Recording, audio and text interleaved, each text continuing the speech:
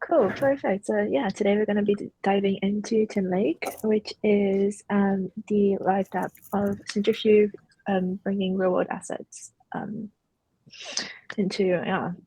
I think I'm excited for this. We haven't done the Solidity Fridays in a month, and we'll see how this works out. So I'll hand it over to Tam. Cool. This is actually our first Solidity Fridays where you can see us. So hello. I'm Tamara Ringus. I'm a Solidity developer at Linum Labs, and so is Flora. She'll be joining us today. She's one of our best. Yes. Hi, Flora. How you doing? Excited. Yeah, I'm doing pretty well. I had a headache earlier this afternoon, but mentally I'm feeling pretty good. Okay, good. How are you? I also had a headache earlier. Weird. I'm good, thanks. Yeah, my power went out, but I bought something to back up the internet, so I'm feeling very fancy. Oh, good. Yeah, I'm excited to look at Centrifuge and particularly Tinlake. Disclaimer: I haven't had a chance to look at the code yet, so this is going to be one of our blind dives. Nice. Okay, exciting. Cool. So I'm going to go ahead and share my screen, and then Becca can pull it in.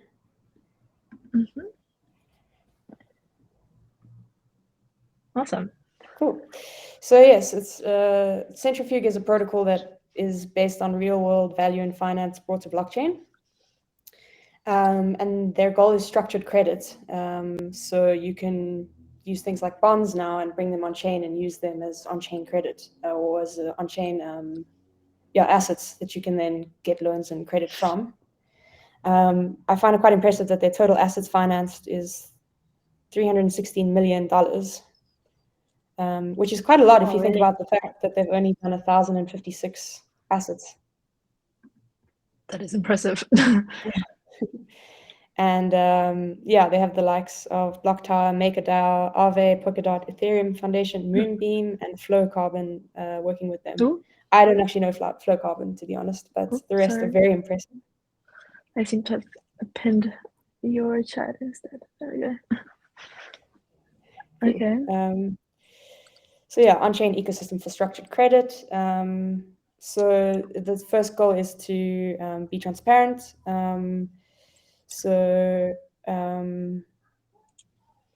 Yes, it's tokenization, but it's privacy first, and it's reported and securitization is done. They say they have a lower cost of capital, which means because they have a decentralized infrastructure that compresses cost of traditional off-chain securitization and uses open source services to reduce the intermediary costs and complexity of TradFi. So that's very cool, and we'll probably see how they do that in Tinlake.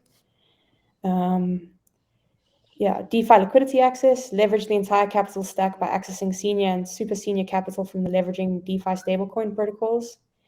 It's very secure. I saw it was, I think, audited by quite a few good auditors, and obviously it has to have legal recourse because I know, like, if you make an NFT to let's say I make an NFT to represent my renting of my house or my house itself, that's not legal until you do a legal recourse.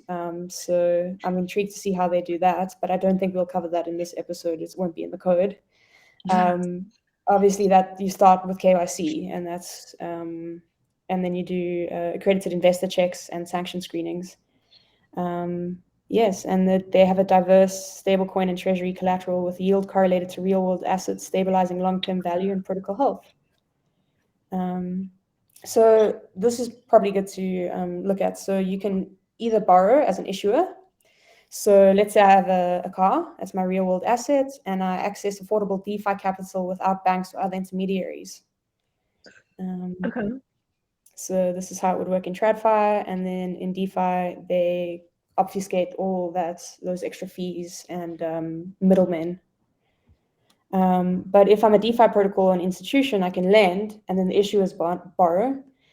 So then I gain access as an institution to more diversified and stable junior and senior yield backed by productive assets from the real-world invoices, real estate, revenue-based financing, and more. So let's see, it's EM credit, carbon offsets, that's cool. Loans, Amazon sellers, and revenue-based financing. Very cool. Then you can vote to be part of the protocol governance, which is always good. So it's decentralized, and everyone can have a say if we see them doing something funny. So yeah, it could be cool to start. So Flora is very interested in security and auditing. She's my go-to well of knowledge when I have a security question. And she's been going through a lot of audit reports. So it could be cool to actually read all audit reports of this in another episode or some of it. And maybe start looking that would be at cool.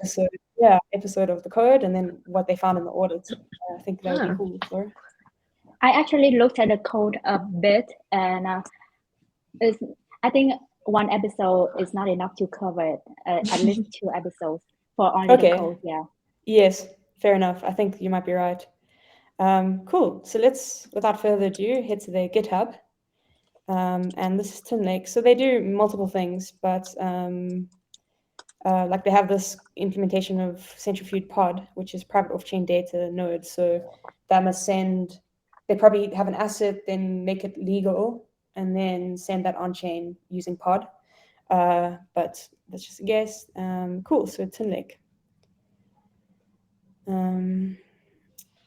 Open source implementation of Tinlake in Solidity. Tinlake is a set of smart contracts that allows companies and individuals to use tokenized, non-fungible real-world assets as collateral to obtain liquidity.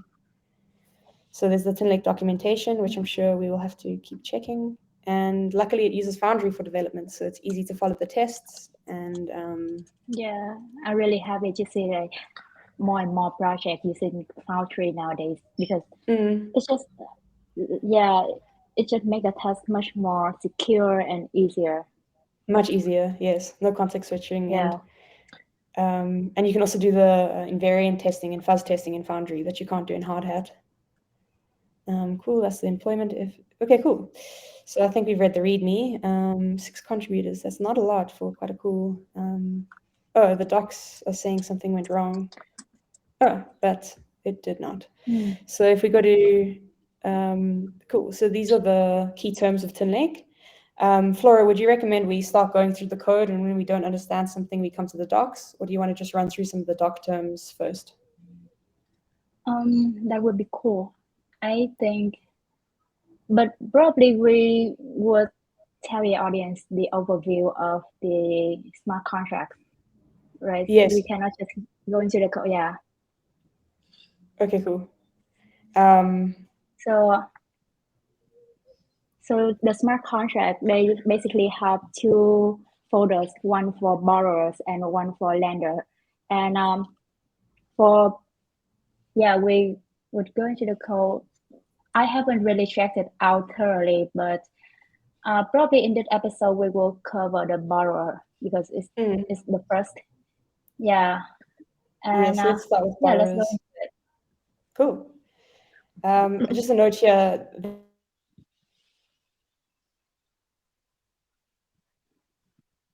Not a contract.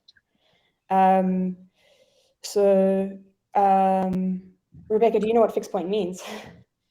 I don't. Okay, cool. So a fixed point number.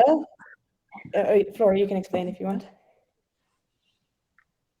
No, I'm not sure because I think they're using Solidity version less than 0.8, so they need to kind of do some. Yeah. Oh, interesting. Okay, but basically a fixed point number is a number that has decimals in it, and those are stored very differently by computers than just whole numbers. So yeah, they have the struct fixed 27, which is the number 1 with 27, 10 to the 27 precision. So that's how many zeros it has after the comma, basically. 10 to 20? 10 to 27, yeah. So when I use fixed point, if I want to calculate a percentage of something in Solidity, I need to scale everything up because Solidity doesn't have decimals. And then you create things that represent decimals using scaling and fixed point math libraries. But this is a bit different. Like you said, Flora, it's not 0.8 version of Solidity, which we're used to. So because it's 0.7.6, it's a bit different to the fixed point than we're used to. Cool. So as the borrower, there's the deployer.sol. pile.sol, shelf.sol, feed, maybe wrappers, go and to the tabs. root. Maybe go to the root folder previously, because I believe that is where the main function begins. Okay, cool. Thank you. I would have Yeah. led the audience on a weird rabbit chase. Cool. So Or the quality is in my site so bad. Yeah. Anyways. cool. I'll zoom in so people can see a bit better. So they have a AGPL3 only license. I'm not sure if that's. I feel like you're allowed to use this code. I but think let's check. that it's the I think GNU that the General most Public. popular open source. Yeah, Yes. it's very open source. Yes, But I'm cool. not So sure if you about want like to, you could learn from this some code. tiny details about it. Yeah, it's different to MIT in some ways, but it's open source, so feel free to use it basically. Cool. So there's an interface auth-like, which just has two functions: relay, which takes an address and returns nothing, and deny, which we'll see now. Then depend-like, which has the function depend, which is bytes 32, probably some kind of hash, and then an address. These are all external because obviously they're interfaces. Borrow deploy alike. It's weird how everything is alike on the end, but I kind of like it. Yeah. Is there a reason why? Interesting that Perhaps because because the this contract is like depend and borrow deployer, and just the yes, like is just like, the thing to differentiate between the contract and interfaces. Yeah. Yeah, that's what I was going to say. So an interface is basically a way that you can interact with a smart contract. It's hard to call the contract itself sometimes, especially from another smart contract. So you call the interface, which the contract is made of, and then you put in the contract address of the interface instantiation, and then that way you can interact with. So these are all going to be, there's going to be these contracts with these functions, but they won't all be external. And they'll implement the interface. So here we have no code. We just have a declaration of what the function's called, which gives us something like a function signature, so we can know what the function is when we interact with it. But there's no code here, so we'll see that in the actual contracts. And like Flora said, it'll be like borrow deployer, no like, probably. Okay. It's quite interesting. Like in this contract, they write directly the interface there. Like normally we would see like import interface from somewhere, from another file. There's usually an interfaces folder, but I think because these are so small, maybe they're just doing it here. So let's just look at the borrow deployer. We have feed, shelf, and title. So we'll look at those later. And then we won't look at maybe lambda for now because we'll look at that in the next episode. There's an adapter. There's a pool admin. So Tinlake does have pools. Here's a Tinlake Pool is an open source smart contract based financing platform that brings together business or asset originators and investors through decentralized finance. With a Tinlake Pool, asset originators can finance real-world assets such as invoices, mortgages, or streaming royalties on-chain via the investment of crypto investors and DeFi protocols. They do this by tokenizing their financial assets into non-fungible tokens and using these NFTs as collateral in their Tinlake Pool. Okay, and then there's a revolving pool. Revolving pools allow investors to lock investments and redemptions at any point in time, so you can like pause it. A decentralized solver mechanism matches investments and redemptions with the liquidity in the pool and ensures that certain risk metrics remain intact. This ensures that asset originators have a constant source of liquidity while investors can flexibly invest and redeem. So hopefully we'll see this later. And then these are the things involved in the pools, but we'll see that in the code probably. Cool. So contract Tinlake is auth. Where do they import auth? Oh, there, Tinlake auth. So that's probably like things like only there's okay, cool. So then they say so these are like Flora said, there's no like, so they have an instance of the borrow deployer, the lender deployer, and the adapter deployer. They have a bool, which is deployed. So has it or has it not been deployed? The deploy user and governance. These two addresses. You'll need an Oracle address. That makes sense. You'll need an Oracle in this instance because you have these real world assets and you need to get their value on chain to use them as liquidity. So we'll need an oracle. I wonder how they do that. We I would need to assume get they right. have their own oracle. Level 1 admin and level 3 admins. Level 1 admins is an array of addresses, so there's multiple of them. Cool. So in the constructor parameters, we set the deploy user and the address of governance, and we go awards governance equals 1, which obviously is in the governance. Probably that it will grant the governance address the right to call some functions. Yes, I think so.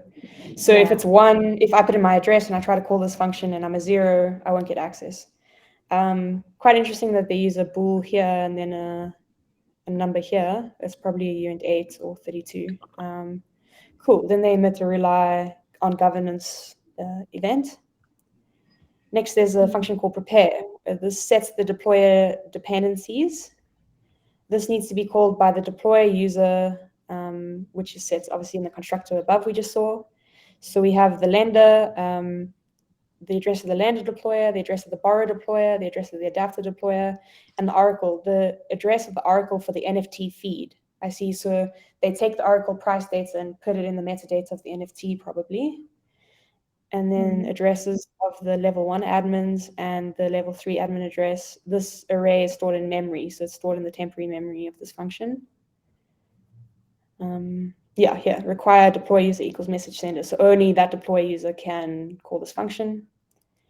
And then so now we're, like I was explaining what an interface is. So this is how you instantiate an instance of an interface. So I go borrow deployer equals borrow deployer like. So I'm calling the interface, and then I put in the borrower address of that actual contract. So that's pretty standard Solidity. If adapter is not equal to address 0, then adapter deployer equals adapter deployer like adapter. And where do we see adapter? That's here. So if this address isn't 0, so it can be 0, otherwise set it to... Probably it could be 0, but if it's not 0, then we will set it to... If it's not 0, then we will set it to the address that we would call a function from.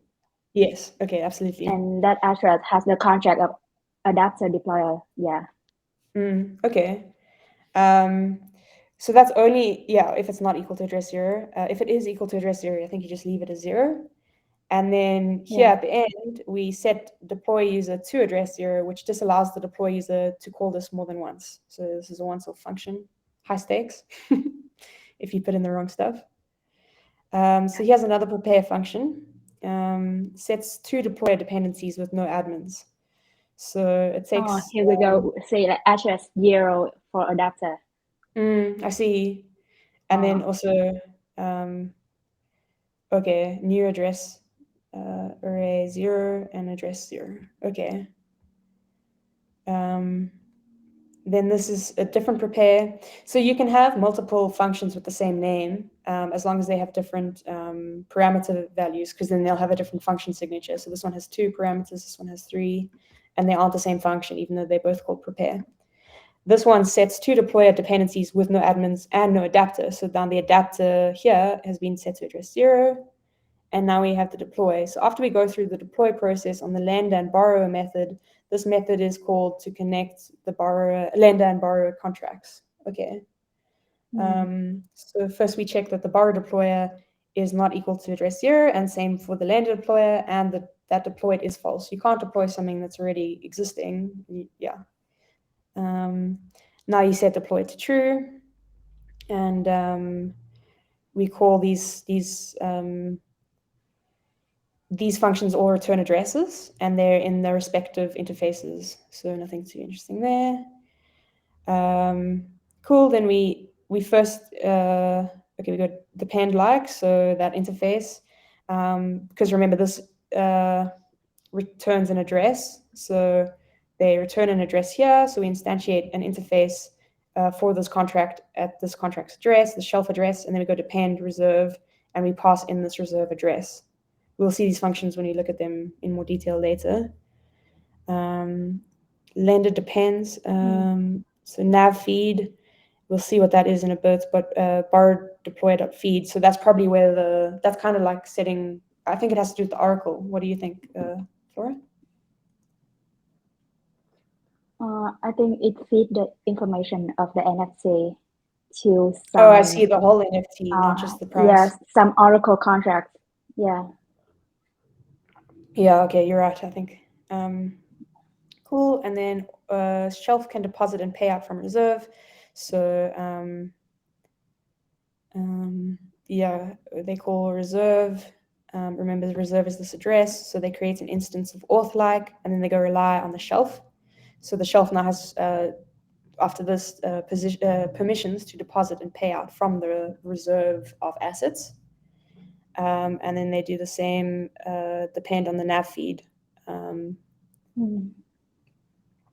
Then if the oracle is not equal to address 0, which, I mean, you wouldn't want it to be address 0, then you go auth like nav feed dot rely on oracle. Cool. So basically what Flora was saying, they take the oracle, they put that in FT, and then they use that, put that in the nav feed, and that nav feed feeds it to the borrower deployer, I think. They set a pool admin. Then you set admin levels. So governance is level 3. Level 3 admins will be level 3. And then they iterate through all the level 1 admins and set the admin level to 1. Easy enough. Cool. Governance functions. That's cool. That kind of makes sense. Like first they will have all the contracts and they will set the variables for each of them, set the values to variables, and then they would connect or link contracts to one another. Yeah, so that makes sense. That's really cool. It's clever. Probably they call it a deployment. That's just what I'm thinking. Yeah. I think you're right. Let's see. Cool. These are the governance functions. This one can be called by any ward on the Tinlake root contract. To make an arbitrary address a ward on any contract requires the root contract to be a ward. So only wards can create wards. Address target is the address of the contract. We're trying to make a ward, and user is the address which should be, so this is the target contract. So I'm trying to give this user permissions to this contract. And this is a modifier, which means only people with auth access can call this function. Or deny a contract. So once, if I've given user X ward permissions on this address and user X is bad, then I just go deny contract. And it's this opposite of what we just saw. Cool. So that's the root. Should we maybe look at the borrower now? Yeah, sure. Cool. Well, there's quite a bit in the borrower folder. There's the deployer, the pile, the shelf. So we saw shelf being used. Should we look at the deployer, perhaps? Yeah, that's great.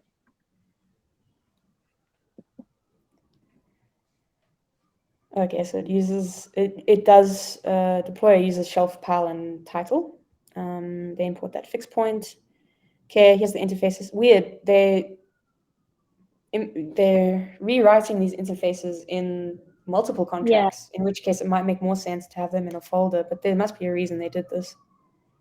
Well, there's some extra ones here that we didn't see. Yeah, I think one of the benefits of writing the interfaces in separate file is that the arrangement of it, we can see the interface, and if we put interface in the same file with the contract, then we cannot really know like what the logic of the interface is about, because that's true. It's just harder to find. Yeah. It is harder to find. Yeah. And possibly harder to verify if you want to deploy it. Cool. So this contract is borrow deployer, and it is fixed point. So that inherits the fixed point we looked at earlier. It has an address which is immutable root. So this is because it's immutable, it can't be changed once it's set, and it gets set in the constructor, nowhere else. Cool. So we have an instance of these 4 interfaces, also immutable. some public addresses that could be changed, except for currency, that's immutable. And then we have a fixed 27 discount rate. So discount rate can be less than 1, I think. And then here, that's interesting. They have a constant 0 equals address 0. It makes sense to have that as a constant. You're not going to change that, but why not just type address 0? We'll see. Constant, when we set a variable constant, and basically when we call that variable, it just copy the code inside. So it would save lots of gas. Not lots of gas. Okay, but like save gas. Cool, thanks. I didn't know that, Flora. That's awesome. Interesting. Very interesting. Cool. So now we set these things. And yeah, we just set those things in the constructor. Then deploy PAL. So this will be the PAL contract. Maybe we look at that next. And we first require that PAL equals address 0. So we don't have a PAL address yet. If we do, you can't proceed. Then we go PAL fab new PAL. So we can have multiple PALs from that contract. And auth like PAL equals rely root. So this is allowing it ward permissions, I think. So the root address will be able to call some special function in the PAL address. I think so. That it needs ward access to call. They did the same thing, exactly the same thing for deploy title, but obviously a new title needs a title name and symbol. So that's quite nice. So like, I think a title is almost like a type of asset. So, but we'll look at that next. So if I have like a bond that I'm trying to put on chain, I make a title to represent that bond. I think that's what title is. And shelf. That makes sense. So you have to deploy shelf contract next. Last, I mean. So first require that shelf is equal to address 0, but also that these that you first have deployed title, PAL, and feed. And if you haven't, then you won't pass this require statement. And then it's the same thing, new shelf, currency, address title, address PAL, address feed. And then you give root permission to the shelf. And then the same for deploy feed. That's the same as the ones above. I maybe would have swapped these two functions because this function depends on all these functions having been called.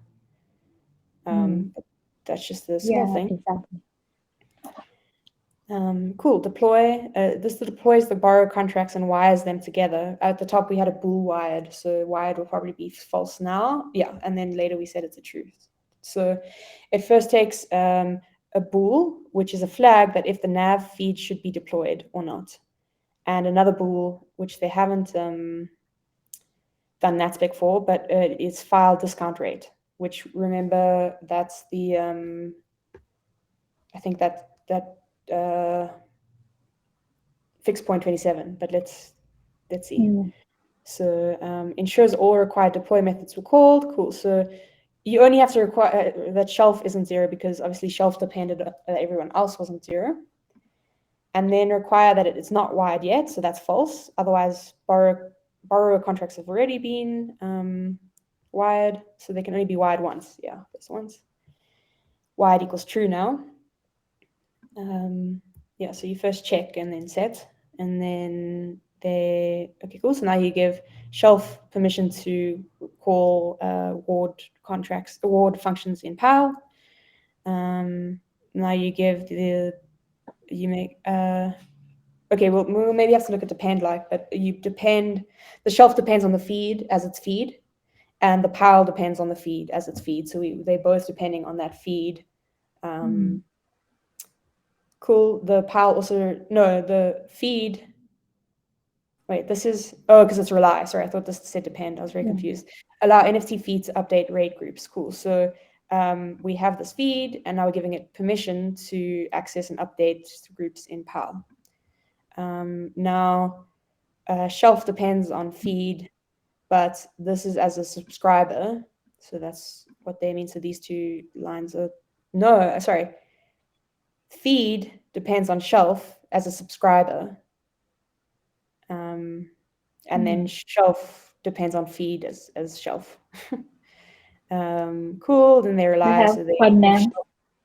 pardon? They have fun variable names Yeah. like cell, feed, title. Yeah, it's Yeah. like MakerDAO, right? It's a bit like MakerDAO, yeah, where they have Yeah. like dog and wolf. We had a comment as well from saying that it gave Maker vibes. Oh, interesting. In the chat. Yeah. Oh, cool. I can't see the chat. Yeah, no, that's it. Cool. So if you have set file discount rate to true, then file like feed equals file discount rate dot value. So it might be good to look at file like next, actually, because I don't know what that's doing. Yeah, me too. And then, so over here we had discount rate, which is a bool. And then we also have a net feed. So if you flag that as true, then you initialize the nav feed like with feed as the address. You'll have to see what nav feed like is also doing, or nav feed the actual contract. Then you deploy, passing in that bool and then true. Probably saying true is probably saying if it's wired. And then deploy. So this is without a nav feed, and this is with it. Well, if you set the nav feed, and then this deploy functions it's called deploy with false and true. So you don't have the nav feed, but you do have the file discount. Okay, so that's the deploy of the borrower. Then we have pals and shelves and feeds. I can't wait to look at the feed. I can't wait to see how they're bringing it in. Fabs. It's fab. I don't know what it is, but it's fab. And some wrappers. Where would you like to go next? Should we look at pal and shelf, or should we look at the feed itself and see how they're getting these values in? We could look at the feed and later on power and self. Okay, cool. So we have one for credit line. That's so cool. One for discounting, one as a nav feed and nav feed PV, which stands for pool value. I'm going to look at the nav feed first, I think. How old is this? That it was. See, they're still updating it, but it's still 0.7.6. There must be a reason. So this imports discounting. Probably they wrote it a long time ago, and they're just keeping it updated by now. Yeah. Yeah, true. That makes sense. Cool. Some interfaces, shelf and pile, and then we start. So it is auth and discounting. So this nav feed, nav stands for net asset value of a Tinlake pool. Cool. It's computed as the sum of all discounted future values of ongoing loans, so ongoing means debt is greater than zero, so there's a loan out at that point in time in the pool. The applied discount rate is dependent on the maturity dates of the underlying collateral. The discount decreases with the maturity date approaching. Okay. That makes sense. To optimize the NAV calculation, the NAV is calculated as the change in discounted future values since the calculation. When loans are overdue, they are locked at their future values on the maturity date. They can then be written off using the public write-off method based on the default write-off schedule or using the override write-off method. Cool. So we have we define an instance of these two interfaces that are above. Then we have a struct, the NFT details. So the NFT values, future values, maturity date, and risk.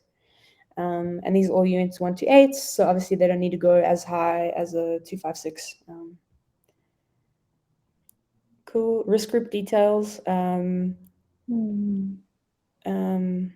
Yes, so ceiling ratio, threshold ratio, and recovery rate PD. I don't know what PD stands for. I would love a little comment here. There's loan details, so the amount borrowed, and then whether or not an auth can write off. So only auth calls can move loan into different write-off group. Oh, sorry. So Hmm. maybe this is saying whether or not it has been written off by an auth yet. A write-off group, we have a percentage in overdue days, which is the amount of days after the maturity days that the write-off group can be applied by default. So that's once maturity days have expired. How many days after can we write off? Cool. Then we have some mappings. So bytes 32, which is probably the ID to the NFT details. A UN256 to risk group, which is the risk itself. Loan to loan details. So that's probably an identifier. And then a timestamp to buckets. And timestamps are obviously always UN256s. We make an array of write-off groups of that struct, and it's public. Then we have a constant write-off rate group start. So write-off groups will be added as rate groups to the pile with their index in the write-off groups array plus this number.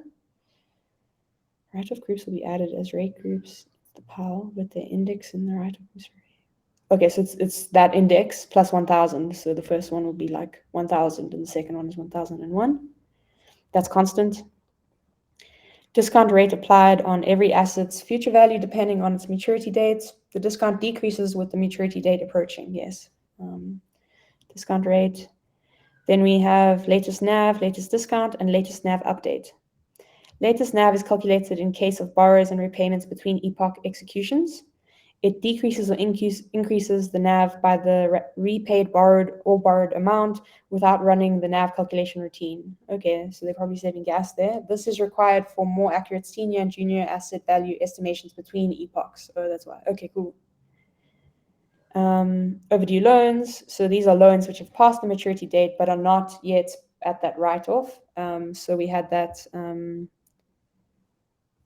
overdue days. So if I have a loan and it's past its maturity date, I haven't paid it back, but it's not past its overdue days, then we have this overdue loan.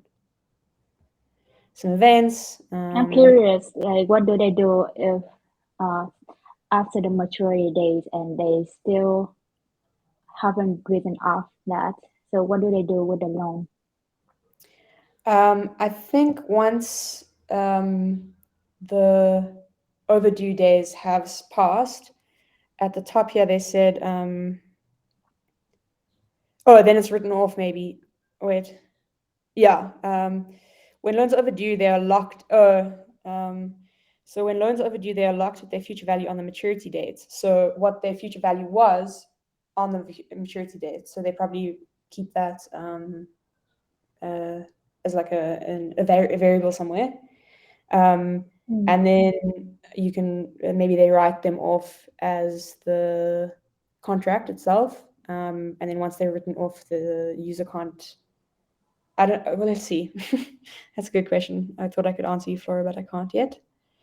Oh, yeah. So I think that has something to do with the junior and senior tokens. Like when you now I just remember, like when you invest in it, like depends on your risk appetite. You could potentially lose money. So I think that's the case when like after the maturity date and the loan is still there. So yeah, probably. Yes, that makes sense. Cool. So you can pass in an ID of an NFT into this function called maturity date, and it returns the maturity date. So it just does a lookup in that mapping. So each NFT has its own maturity date. And the ID of the NFT is based on the hash of the registry and token ID. So we'll probably call a catch-check on these two things. And then that's how we get the ID of the NFT. I was wondering what this byte32 was. Okay, this is the getter function for the risk group. Okay, these are just getters. They just look up the mappings and return. Same as future value, ceiling ratio, looks it up, threshold ratio, recovery rate, PD. They don't say what PD is. Does anyone in chat maybe know what PD is? Recovery rate per day? I'm going to go with per day. Cool. Function returns the borrowed amount for a loan. Cool. Then we're at the constructor. So wards of message sender equals 1. So the message sender now has some permission to borrow. Latest nav update equals unique day timestamp this block's timestamp. So this probably, I wonder if this just returns the block timestamp or if it actually does a nav update as well. Guess we'll see. And it emits a rely message .sender event. Cool. This is just a casting thing. So you can downcast the uint 256 to a uint 128. This is basically they're just doing safecast themselves. Like, yeah, it's a safecast. The value doesn't fit into 128 bits. Cool. Okay, sealing. You put in the loan ID, and then it's public view virtual, and it returns the sealing. So yeah, so you put in the NFT. You call NFT ID on the loan. It returns the NFT ID, which is a byte 32. So that's probably where that Ketchup hash is going to happen. Then you take the initial sealing. I think this is rounded multiplication, but we'll see these functions at the bottom. NFT values, you pass in the NFT ID, and then you get the sealing ratio and the risk by passing in the risk of the NFT. So depending on your risk group, you'll have a different sealing. And obviously you can see that in each loan. So you check the sealing for each loan. If borrowed loan, so if I've borrowed more, if borrowed loan, because borrowed returns the amount borrowed currently. If that's greater than the initial sealing, then I return 0. Otherwise, I return the initial sealing minus the borrowed loan amount, the amount borrowed from the loan currently. And they have safe subtraction. Here's the depend function. So it writes dependencies together. So we take a contract name and an address. Oh, we saw this. We saw this used in the deploy. So if contract name equals PAL, PAL equals PAL like address. Else if contract name is otherwise revert. You can only do this with those two. Emit the depend. Cool. File allows governance to change parameters of the contract. That's cool. Name is the name of the parameter group. It's a byte 32. Risk IDs are using 256 with the risk group, new risk group. So you make a new risk group when you write file. Threshold ratio is a new threshold ratio. Same for sealing and interest rates, recovery, date per day. I'm assuming it's per day. Cool. Auth, so only people authorized can call this function. And it's only governance.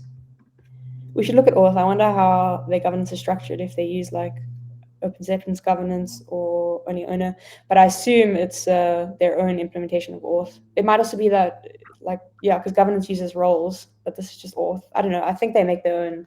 They seem to make their own. Yeah, I think so. But also the word equals something. I think it has something to do with the art, or maybe the word is the logic inside the art, like only. I think the address that, only the address that return true on the word would be able to call this function. Yes, absolutely. I think so. So it's modifier. Up, you have ward permissions as the address. That's the message sender. So here they, they check if name equals risk group, and if it doesn't, it just reverts. So name can only equal risk group, and then they call file on risk group NFT as the name, risk as the risk, pass in all your parameters to the parameter of this file function, which doesn't have the recovery rate PD. So it's a different file that we'll probably see below. Maybe, no, it's not that one. And then you set the mapping value of the recovery rate PD to the uint. So you cast down the recovery rate per day. So that's a 1 to 8, uint 1 to 8, but you pass in this. It's interesting that they just that they do this. Like if this was me, I would say pass in a uint 1 to 8 recovery rate per day, but they first do this.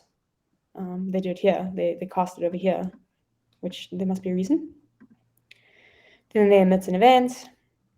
Cool. So that's file with these parameters. Here's file with less parameters, only 3. This allows governance to change parameters of the contract. So the name of the parameter group, the ID of the NFT, and the maturity date of the NFT.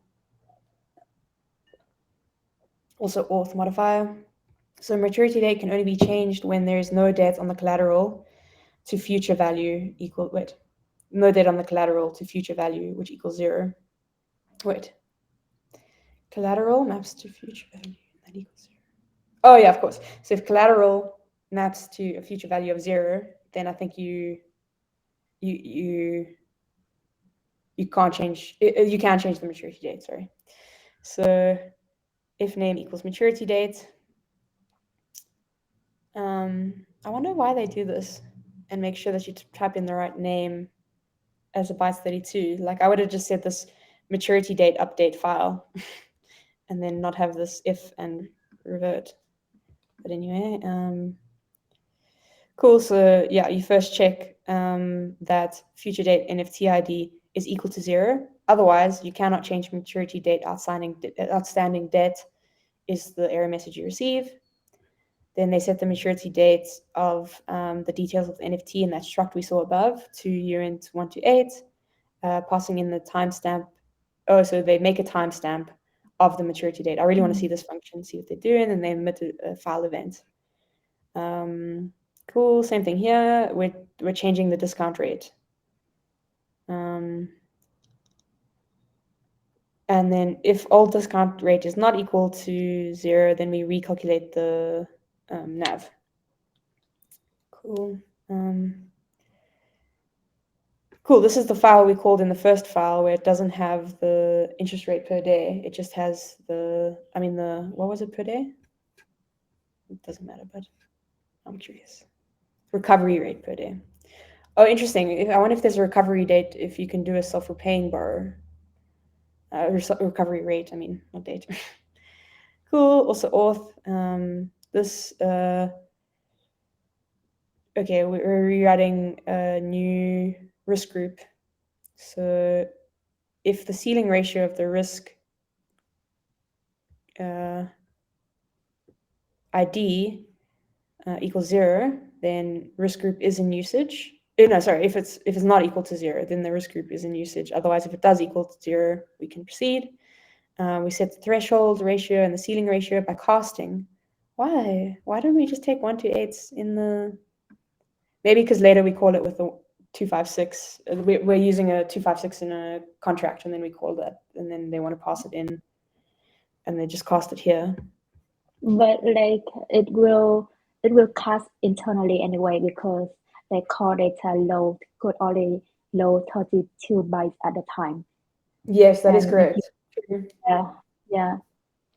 So if you want to relay any size other than 32 bytes, we need to do some like bit masking or bit manipulation. So I don't know, maybe they tested it and it turned out this way it's better and saves more gas. I don't know. It's just... Yeah, it's weird, but you're probably right. It does save gas, probably.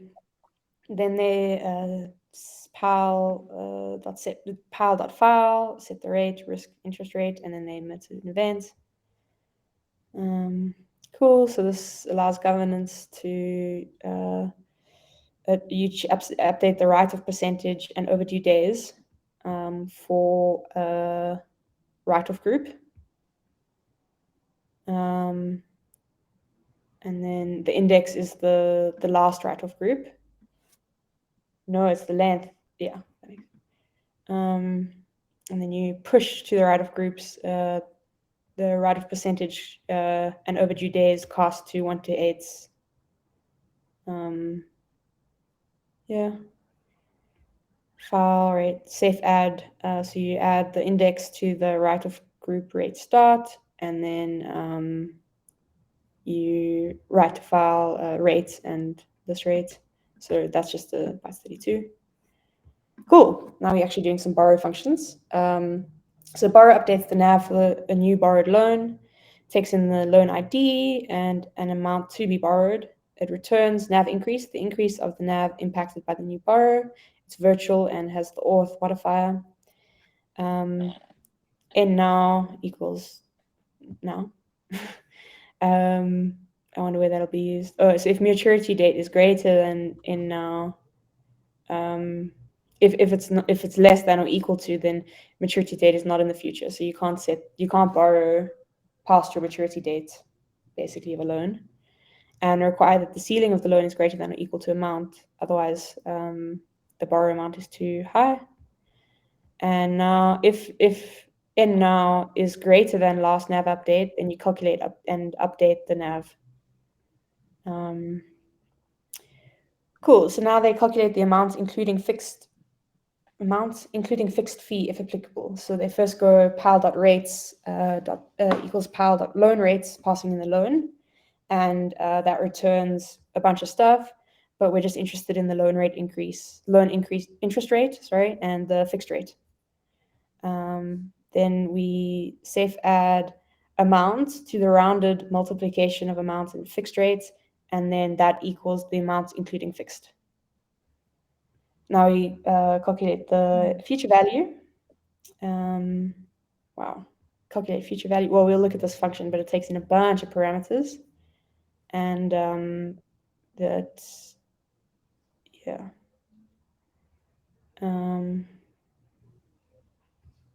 wow, it's quite a complex. We could just go through it quickly. Yeah, just like calculate future value and add future value. Yeah, because it's their internal function, and I think we don't really have enough time to cover that. Interesting. I'm not seeing it as the function. Maybe it's where maybe it's in fixed. Because wait, what did this inherit from? This contract is discounting. Maybe it's in discounting. No. Yeah, maybe discounting. Yeah, so that's an interesting one. We've looked at this. Okay, then so we calculate the future value somehow. We'll find that maybe in the next episode. Then we set the bucket's maturity date. So we add the future value to the bucket of assets with the same maturity date. Cool. Increase borrowed amount for future ceiling computations. Cool. That's done by setting the borrowed element of the loan details, passing in the loan. And then we return the increased NAV amount. So it doesn't, so NAV increase, we calculate the discount. Latest discount equals that plus the NAV increase. Latest NAV equals latest NAV plus NAV increase. And then we return the NAV increase. And then there's a repay function. Maybe we'll have time to go through it very quickly. Repay updates the NAV for a new repaid loan. Takes in the ID of the loan and the amount to be repaid, external virtual auth. Now equals, okay, cool. So they find now, and then if it's greater than last NAV update, which it probably would be, you calculate that and update the NAV. In case of successful repayment, the latest NAV is decreased by the repaid amount. Okay.